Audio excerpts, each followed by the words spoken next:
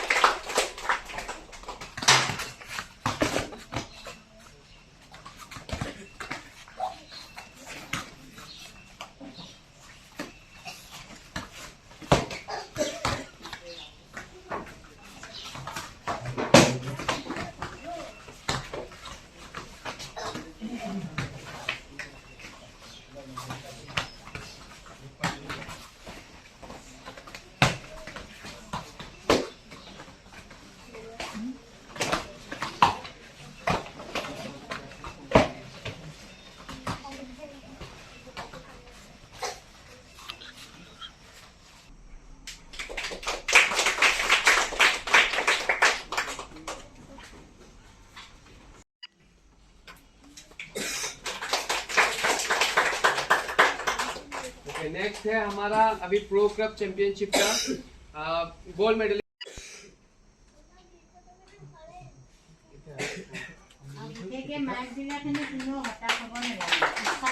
तो इसके लिए पेशेंस, प्रैक्टिस, सब कुछ जरूरत है, ठीक है, डिसिप्लिन, एवरीथिंग।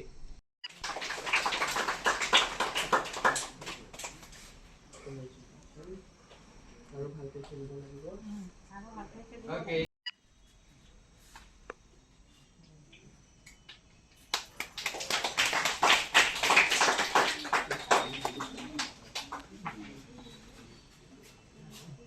মোৰ একাডেমিখনৰ নাম হৈছে চামগুৰি টাইকোণ্ডো একাডেমি আৰু মোৰ একাডেমিখন নগাঁও ডিষ্ট্ৰিক্টৰ চামগুৰি অঞ্চলত অৱস্থিত।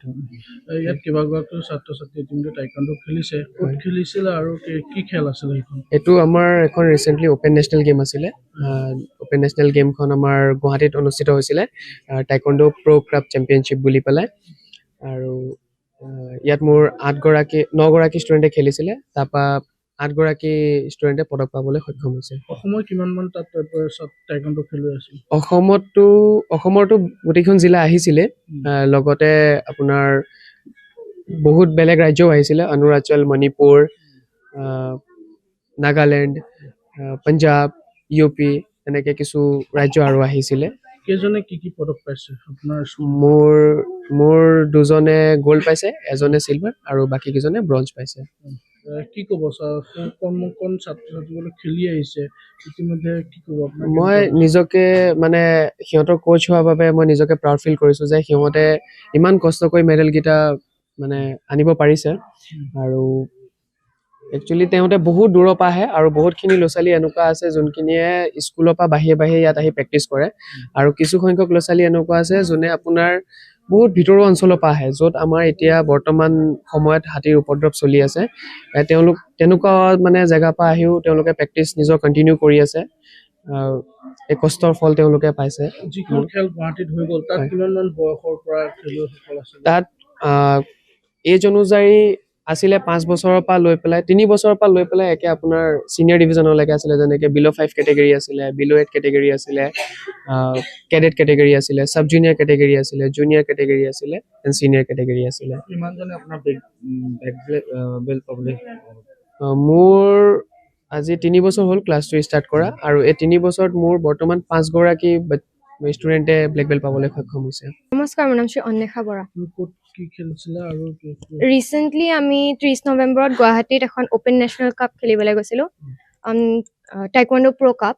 নেশ্যনেল নেকি? এখন অপেন নেশ্যনেল গেম হয়।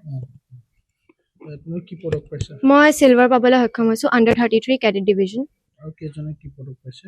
আমাৰ ক্লাবৰ পৰা আমি 9জন গৈছিলোঁ, 8জনে মেডেল পাইছোঁ, 2জনে গ'ল্ড, মই চিলভাৰ আৰু বাকী কেইজনে ব্ৰঞ্জ পাইছোঁ। ইমান বছৰ ধৰি তুমি শিকি আছা মই 2024 ষ্টাৰ্টিঙৰ পৰা শিকিছোঁ, ক্লাছ 7ৰ পৰা। তো কি বেল্ট পাবলৈ আজিলৈকে সম্ভৱ মই এতিয়া ব্লু Blue। গ্ৰেডৰ। তুমি যিহেতু এতিয়া অসমৰ প্ৰায় কিবা ছাত্ৰ ছাত্ৰীৰ লগতো বহু ছাত্ৰ ছাত্ৰীৰ লগত তুমি খেলি পেলাই যিহেতু তুমি লাভ কৰিছা, পদক হয়। লাভ কৰিছা, কি ক'বা নিজকে কেনেকুৱা মই বহুত ভাল ফিল কৰিছোঁ, বহুত প্ৰাউড ফিল কৰিছোঁ এণ্ড মই বিচাৰোঁ যে মই নেশ্যনেল লেভেলতো পাওঁ এনেকৈ like not only open national, বেলেগ যদি নেশ্যনেল হওক ইণ্টাৰনেশ্যনেল গেম হওক, মই কিউৰকি এণ্ড পুমছে দুইটা ডিভিজনতে মেডেল পাব বিচাৰিছোঁ এণ্ড মই প্ৰেক্টিচ কৰিম সেই অনুপাতে এণ্ড সিমানখিনি এচিভ কৰিবলৈ মই ভাবি থৈছোঁ। এণ্ড মই টাইকোৱাণ্ডোটো এনেকুৱা নহয় যে কিছুমানে যে পঢ়াৰ কাৰণে পঢ়াটোক বেছি ইম্পৰ্টেঞ্চ দি পিনি টাইকোৱাণ্ডো এৰি দিয়ে, তেনেকুৱা নকৰোঁ। মই লাগিলে ক্লাছ 10ত ব্ৰেক ল'ম, বাট ক্লাছ 10ৰ পিছতো মই আকৌ কণ্টিনিউ কৰিম, আকৌ লাগিলে ক্লাছ 12ত ব্ৰেক ল'ম, আকৌ তাৰপিছতো কণ্টিনিউ কৰিম। মই টাইকোৱাণ্ডো এৰি নিদিওঁ, এনেকুৱা মানে হবি হিচাপে টাইকোৱাণ্ডোক নলওঁ, এটা কাৰিয়াৰ অপশ্যন হিচাপেহে লৈছোঁ। এণ্ড মই বিচাৰোঁ যে মই ডাঙৰ হৈ পেলাইও টাইকোৱাণ্ডোতে কিবা এটা কৰোঁ, লাগিলে মই কোচ হওঁ, এজনী প্ৰফেচনেল এথলিট হওঁ বা টাইকোৱাণ্ডোক লৈ তোমাৰ যথেষ্ট সপোন আছে আৰু হয়। তুমি ক'ত শিকি আছা? মই চামগুৰি টাইকোৱাণ্ডো একাডেমীত শিকি আছোঁ, কোনে শিকাইছে তুমি? দাদুমণি বৰা ছাৰে। তোমাৰ নামটো কি? নমস্কাৰ, মোৰ নাম শ্ৰী নমিষা বৰা, তুমি কোন ক্লাছত পঢ়া? ক্লাছ 2।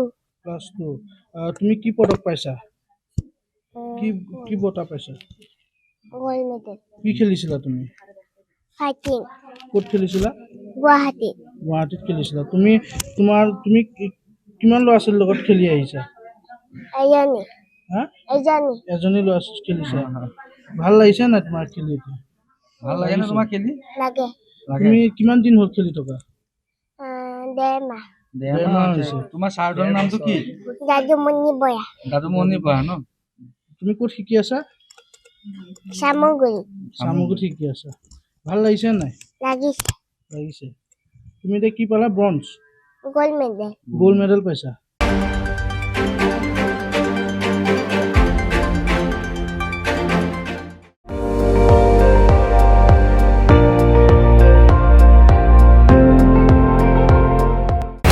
আপুনি চাই আছে ND24, সৰ্বশ্ৰেষ্ঠ নহয় সৰ্বোত্তমৰ দৌৰ।